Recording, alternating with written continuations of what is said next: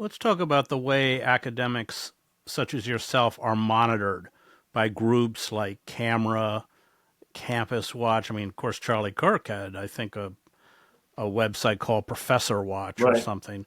Talk about that. I mean, you've certainly, they've followed you pretty closely.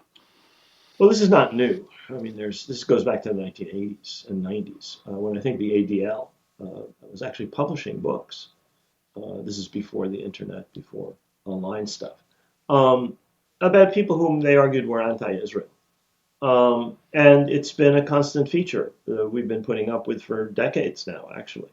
When I arrived at Columbia in 2003, there was a large body of off campus organizations that were pushing a narrative that there were a variety of faculty at Columbia who were anti Semitic and anti Israel.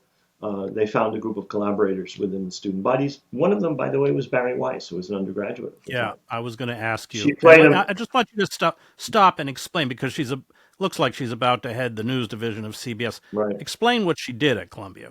Well, she and a small group of other students complained about a number of my colleagues, most of them in the department that's now targeted, the Middle East, South Asian, and African Studies department. It then had a different name, and they made a film called Columbia Unbecoming, Conduct Unbecoming.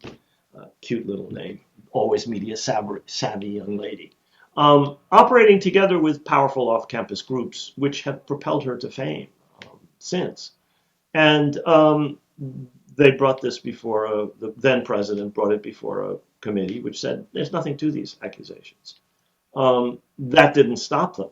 They had a chorus in what I call the gutter press. There was a newspaper published in New York then called the New York Sun, still alive online. You have the Murdoch Wall Street Journal, the Murdoch New York Post. You had the Daily News. You had a couple of other papers.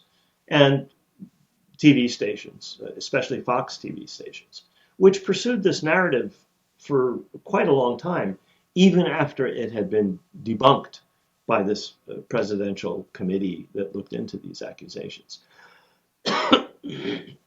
Ms. Weiss has gone on to fame and fortune since then, hired by the New York Times, fired by the New York Times, set up a paper I of don't her think she own. was fired. I don't think she was fired. I think she Well, quit. no, she probably wasn't. That would have done too much credit. That would have given too much credit to the New York Times, Yeah, kid, let's not. Right. which deserves absolutely no credit. And their behavior in terms of Gaza and in terms of what's been going on campus has been despicable, in my view. And in the view of almost anybody else who knows what's actually going on in Gaza and then reads the tripe that's published daily on the news and opinion pages of the New York Times.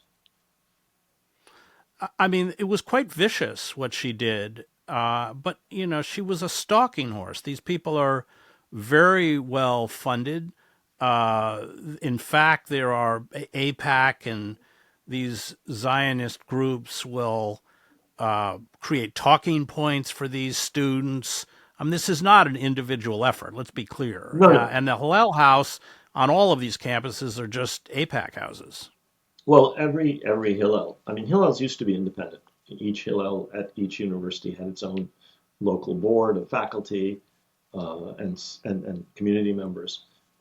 When I was teaching at the University of Chicago, I went and spoke at the Hillel there. The then rabbi, and may God rest his soul, Danny Leifer, would invite me every couple of months, and we'd have debates and arguments and discussions. That's impossible now. If you have are publicly known to have supported boycott, divestment, and sanctions, you cannot cross the portal of a Hillel anymore.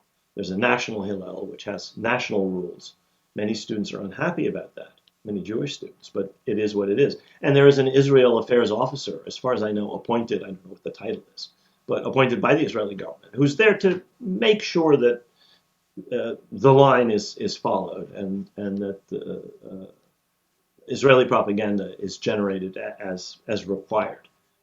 So yes, you have, and that's just the least of it. I mean, you have all kinds of groups: Moms Against Anti-Semitism, faculty groups, powerful, well-funded off-campus groups, as well as Israel studies programs that the universities themselves organize. There's a major degree program with Tel Aviv University in the School of General Studies. There's a new program to bring Israeli postdocs and faculty on sabbatical to Columbia.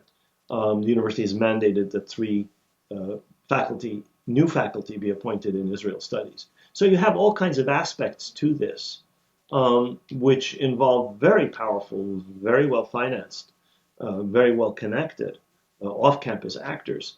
And in this, the students are, just a minor, really a minor factor. If you look at the student body of Columbia, its views were very clear several years ago when majorities at Columbia and Barnard voted for divestment from companies that support the Israeli occupation. That's the view of the majority of Columbia students a few years ago. My guess is it's only grown stronger, that view. But a small minority of students, probably a minority of Jewish students, who oppose those views, have garnered enormous attention and a lot of support from outside. They have, in particular, support within the Board of Trustees and among many alumni and donors, as well as these powerful off-campus organizations.